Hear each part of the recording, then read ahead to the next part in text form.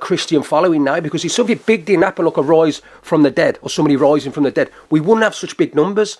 But this norm has been this has been passed on, and everything in the Bible is scriptures put together, all testaments of all these different men, witness testimonies, proving that this man existed and what he did. Or was it in a court of law in front of a judge and all the witnesses in there? Do you know what I mean? Jesus is innocent because there's so much evidence there. There's 30,000 pieces of scriptures proving Jesus Christ was real. There's 150 for Pontius Pilate, but they still say he's real. Do you understand what I'm saying to you? There's more evidence. Yeah. And it's the media itself, and we're all dead against Christianity and what it stands for, but really Christ, without a shadow of a doubt, was real. But when you say like that, yeah, so there's people who are writing it down because it's real. If you also said to people, the people who don't believe, write down what your thinking was, there'd be 70,000 people saying that it was wrong, these are liars, these are this, or this is that, or this is not what happened, or this. There's probably going to be a lot more the opposite way. It's only because the people who do believe write it down and the people who don't believe weren't asked, I think, is what you're saying. As I say, but your belief is your belief and my beliefs. I don't, it's not that I believe or don't believe, but what I see in the world, and you think, in the world, right? You think all these mad things that happen, children getting, cancer, the good people getting cancer, this, that, and the other. If God did truly exist, and I know it's just a cop-out way of saying, well, God can't do all this. Well, if God can't do all this, what is the point? If he's not, I don't believe it, I think. I understand what you're saying there, but let me just explain something to you now, and it states this in the Bible, Roy. Number one, right, with the Lord God, God's not a narcissist, so God's never going to turn around and say, God says this, he says, knock the door and it shall be answered, seek me and you shall find. That's what God says. It don't say, and you've got to reach out to God. Just imagine, if you're stuck on a motorway, DG, right, and you need a lift home, right, and you need to go home, right, and if you don't tell your dad, he ain't going to know that you need the help. You've got to pick up the phone to him and say, Dad, can you come down and help me? Please, I'm stuck on the motorway. Do you understand what I'm saying? And it states that in there, you have got free will. Now, if you never had free will, DG, then you wouldn't. There's no point in you living because you'd be a robot and you'd be controlled, but it's not an ark. That's the first thing. Number two, God's not bothered about these bodies, and he states that, you know what I mean? We're here to do something, you know what I mean? To be good and read the word and eventually be with him, because we don't live very long. We're very, you know what I mean? We're limited. And for kids dying and stuff like that, and people dying, you need to read the Bible and find out most of the cause of deaths and diseases. We do it as people, as men. We put all this pollution into the world. We cause these cancers because for hundreds of years ago, there wasn't any cancers around. People were living very long ages, really healthy. We're the one who populate and want to kill each other and commit the worst sins. It's us as men. You can't turn around and say, if I want to hit you, come home with a bat and shoot, put a bullet in you tonight. That's my prerogative to do. So God ain't going to say, I'm going to strike you down on the way down there. Maybe if you reached out and started praying, something might happen. But I'm saying, it's my free will to hurt somebody. It's your free will to want to hurt someone. It's called free will. It's there for a reason. Do you understand? Yeah, but if God believed that person was good, why would he not stop that? Well, yeah, let's say it's more that, yeah, I don't know. I just think, what does he do then? If you don't have your own free will to not believe in something that you can't see, he's not going to help you. Is that what? Because if you're saying, my opinion is, I have free will, like you said, your free will to do something to, and my free will is to not believe in something I can't see, that means then he's going to sacrifice, he's going to make me suffer. And God gives you, listen, God puts people like, not say me, instance, people in your way where he tries to reach out for you to read the word and do your own research. What it is with you, Dan, right, you've never really read the Bible, you don't really understand it. To me, I don't look at a book and say that. I had to do research on the Bible. I had to do research on Jesus Christ. I had to find out about the miracles. I had to look at the Old Testament. You know what I mean? I had to look at the New Testament. I had to see the crossovers of exactly what's going on and the story behind it.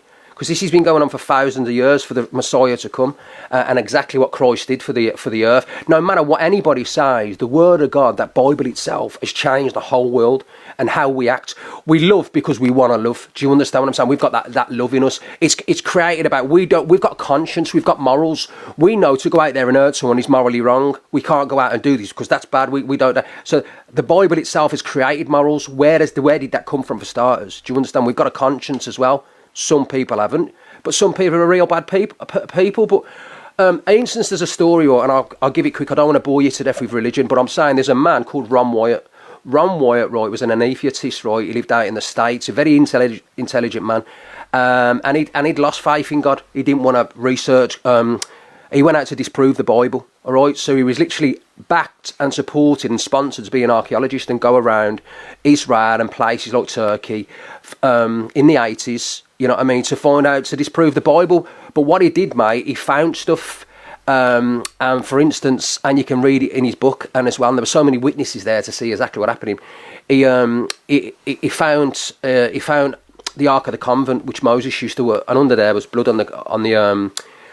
on it as well, on this the Ark of the Convent, and he had the blood tested, and in the end, when the blood was tested, it was under where Jesus was crucified on Mount Golgotha, right? And the blood was alive, and there was witnesses, and it's in his book, and it's on the internet, and he's, you know, in front of a mass, and his kids and his wife was there, and there's people there, and when he asked for the chromosomes to be checked of this blood, he said, because it's alive, and you get a Y from your mother and X from your father. And there was no X from the father. There was just the mother. And he collapsed and said it was the blood of the Messiah. And a lot of these these Jews at the time turned to Christianity. Now, Jews never turn to Christianity or any other faith. It's they believe they're the chosen people, but they turn to Christianity.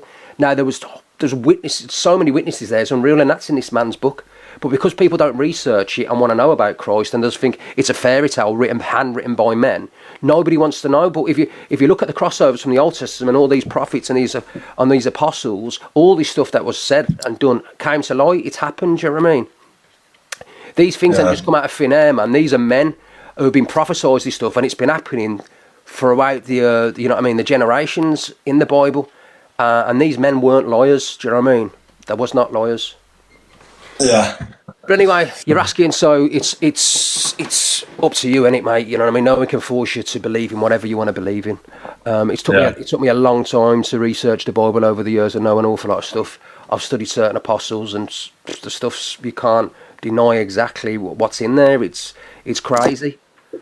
You've got a lot of modern intellects of our time who believe in Christ and the Bible, and they're really intelligent men with really high IQs, and you know what I mean? MVP in the chat for Jesus Christ. Big up David. Thank you, John. Daniel. Thank you everyone else who tapped the screen as well. I appreciate it. If you ever get the chance, Dan, right, watch a program called The Chosen. If you've never read the Bible and you can't, just sit down on an afternoon one day and watch an episode of The Chosen on Amazon Prime. Just watch one. Maybe watch a couple. Believe it or not, it's a really interesting program. You wouldn't get bored of it. And that's the Bible spoke about and who Jesus Christ was, isn't it? You know what I mean? And it's not boring either. It's really good. Do you know what I mean? I'll have a look. I'm open, as I say, I'm an open person, but yeah, I'm going to go. Maybe it's not your, listen, when you're ready, mate, maybe it's not your time, but when your time's ready, it might be a time where that you just want to start looking and having a look. But I'm telling you what now, mate, I was an atheist. I was a big believer in atheism, and I followed a lot of atheists. Do you know what I mean? Richard Dawkins, bloody Stephen Hawkins, Christopher Hitchens. They're very famous, very, very well famous atheists. And honestly, when you fucking, and they are clever men, but when you look at the other part and the belief and the system and the evidence behind Christ, it's just unreal, mate. It really, really is. It's really unreal. Yeah. Exactly. People only pray when it's too late, Dan. Honest to God, it's too late. That's when they start praying. When they're in hospital, they're really ill. That's when they start praying, mate. When they should do that before. Do you know what I mean? Yeah. Good point. Yeah. There you go. It is a belief. So that you believe that something don't exist. That's a belief in itself. It's a Mio. I tell you what, you're more believable than half the people I get stopped by on the street or half the people that knock on my door. Maybe you should start becoming a door knocker. Yeah, I'll knock on your door. Actually, you already have, haven't you? Fucking Corey. Yeah. Fat freak. I never knocked on fat freaks. Do you know what I mean? Well, you're just trying to preach something different when you're knocking at the doors. Nah, do you know what? The only thing I preach my own belief system. Do you know what I mean? And exactly what I've seen and read, mate. Honest to God. Hey, that'd be a good way out of it. Do you know what? Actually, next time you do go to someone's house and say, "I'm coming to your house" and all that, make sure on TikTok say, "I'm coming to your house." I'll just tell them when you actually get to the house and they go, "Oh, what are you doing at my house?" Say, "If you'd have opened the door, I had a lovely pamphlet for you to read about God," and then the police couldn't arrest you because you say, "I'm literally a Jehovah's Witness." Hey, before you go, what's going on between you and G Crew? I've heard that he's been calling you out for a boxing match, and he says that you won't fight him. Oh no, I won't. How come? Because Why don't he like you? this, I don't know, mate. Probably because I blocked him. I don't know. Do you want But more as I say, before- this year is about building myself, not other people. They need to put their own content out to build themselves.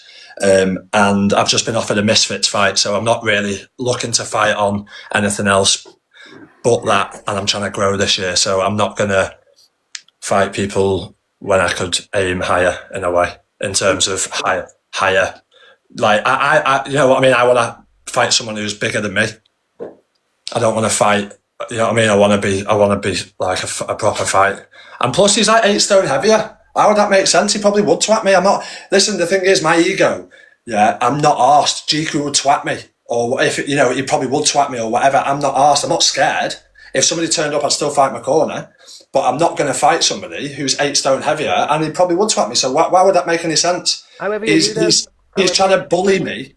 He's trying to bully his way into giving me a fight, and I'm not gonna give into a bully who's literally just sitting there harassing me daily.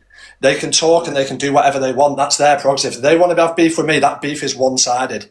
Okay, it's not my-sided. It's I don't have beef with him. I blocked him because he was rage baiting and doing whatever else he was doing. I blocked him because of that. I don't have beef with him. I've told him this, but he wants to fight with me. If he wants to fight with me, then well, he can go fight with me or whatever. But I will not be fighting him back. So that's it. I don't care about my ego. I don't care what people says. Oh, you're not. You know, you're fucking softy. I'm not harsh. You think I care what people think if I'm soft or I'm hard?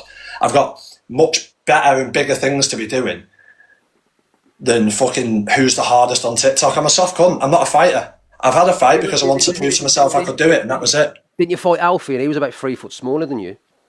I got the call to fight him. I didn't say I want to fight Alfie. Someone said, "Will you fight Alfie?" I'd never fought before. I said, "Yeah." Okay. And then I got called up to fight Dave, who's again heavier than me, and I fought him. Whether it matters, and I didn't have the training. Someone was saying, "Oh, if Dave didn't think he'd have gassed out," no one knows what happened, and that's it. No one knows, do they? He might have banged me. He might have done, but I'm not arsed admitting that. I'm not trying to be the hardest man on TikTok. I'm not trying to be BJ, Bradish, or fucking or G Crew or anybody else in the matter. I'm trying to be myself, and I want to fight who I want to You know fight. what? That's a fair point. That's a fair point. I respect that. I know. I respect him for Yeah. that. That's at least he's not going on. I'll do this and I'll do that and I think he's just saying, yeah, it's. I respect that.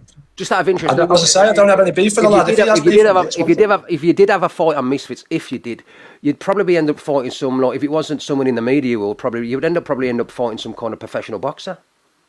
Well, if I get chinned, I get chinned again. Like I like to put myself to new challenges, and if I get banged, I'm not arsed. Like it doesn't, you know what I mean? Do you know? I lay in bed last night when I got a call from someone saying, "Well, I fight from Marketing General, who's like he does with Ed Matty, HS, and all that," and said, "Will I go on Misfits?" He said, "Would you fight on Misfits?" I said, "Yeah."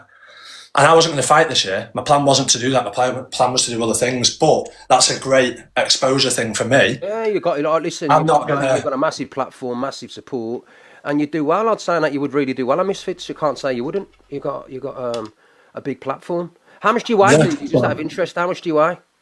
Last time I fought, I was 73 kg. 73, fucking hell. Whereas I've been going to the gym and eating better a bit and eating more and training. Like I've still been boxing and still been going training and stuff. So it's I've just been doing it because I want to be ready if it happens. Do you know what I mean? So Yeah. That's good. yeah. I've already asked him, and he said obviously G Crew's bloody 7'8". It's G Crew's 8 stone heavier than DG. Come on, man, that's not heavy. I don't know how. I think he's even bigger. As I say, he'd probably fucking use me as a toothpick. I'm not asked to admit that. Like as I say, I'm not gonna sit there. I don't pretend to be hard. I'm just some knobhead from Southport who has a laugh and does whatever. And the lad's trying to beef me. If he wants me to admit now, all right, G Crew, you would twat me. That's why I don't want to fight you. Whatever floats. Whatever, you twat me. That sound. You enjoy yourself. You do what you're doing. If you're saying that to him now, and you said you'll probably beat me, then that G Crew think Preely would say just back off now and say all right, and then call it a day. He can't really. If you're telling me you don't want to fight him and he's kill going on, then he should put. I've said 3-4 times I don't want to fight him. I'm not responding. People keep asking me. I'm not responding. I'm not asked about what other people are doing and what other people are saying. I've said this year I'm doing my own thing. I'm not going to fucking get in anyone's lane. I'm not going to start beefing when I'm on here to have a laugh and build myself this year. This year, I want to focus on what I want to focus on, and that doesn't involve certain people. So I'm moving to that, and if that lets them have beef for me, then you can beef for me, but there won't be any beef back. So. If that ever changes, DG, and you want to put on a few pound, right, to fight GQ, you can come and hang around me for a few months, mate. You put on a load of weight. Yeah, but as I say, I don't need to prove to no one if I'm hard or not. I'm 120 kilo, I am. Yeah. As I say, it doesn't matter on weight or size really. Do you know what I mean? No, man, it don't. Do you know what I mean? The bigger they are, the harder the fall, man. That's what my mother's always saying. She's always said that to me. You know what I mean? Look, I respect that you've said that. You know what I mean? You've said no. You haven't been, you know what I mean? You've been quite polite about it, and you know what I mean, a gentleman. So GQ, if you are watching and that, you know, just know that. You know what I mean? You're like every year. You don't want to fight. You just nip it in the bud and call it a day, mate. Simple as that. I think it's the most reasonable conversation me and DG have ever had without being sarcastic. Yeah. No, listen. One of my mates want to do a bit of content with you. Would you be up for it? If I inboxed you, they're quite big. They are big. One of them's really big. Who is it? The concept with you. You'd know who it is, but I don't want to tell you on here. I'll WhatsApp you. He's reached out to you a couple of times on Instagram, but obviously I said that you're probably going to be busy as fuck. You get messages all the day, so you're not going to be. Reached out to me on Instagram. He wants to do a bit of content with you. He asked me to reach out the other day, and I said I would, but I forgot. Silicon Carney? Somebody with him, yeah, but somebody with him as well. All right. I don't want to be rude. This is what I mean. But No, listen. It's not like in a thing of who's bigger, who's not bigger, or whatever. I'm trying to. I've got my sights set on what I want to do this year, and that's fair enough. And that's no disrespect to anybody. No disrespect. I just want to do my. And that's fair enough. At the end of the day, you stay in your own lane. You've got your own plan, and you've got to do what you've got to do to benefit you and yourself, man, and your family. So respect, man. That's it. I said I'd ask. I asked. That's it. But no, I've not seen his message. If he's messaged me, one of the guys he was going to come with is also a massive YouTuber as well. He's big, and you'd probably know who he is. To be fair, so he wanted to do it them two and you, but I'll relay the message. Just say you got a busy year. No problem. I have got a lot on and a lot of stuff that I want to plan. So it's not no disrespect to anyone. No thing. I hadn't seen his message. I wasn't being rude. But it's just. I've got to give it you, DJ. It's probably the nicest conversation we've ever had, mate. Do you know what I mean? Enjoy the rest of your evening, mate. And if you're about later on, add me. If not, mate, I'll hopefully see you in the week. Take it easy. You take care, pal. Bye bye bye. Yeah, mate. Bye bye bye bye bye bye bye bye.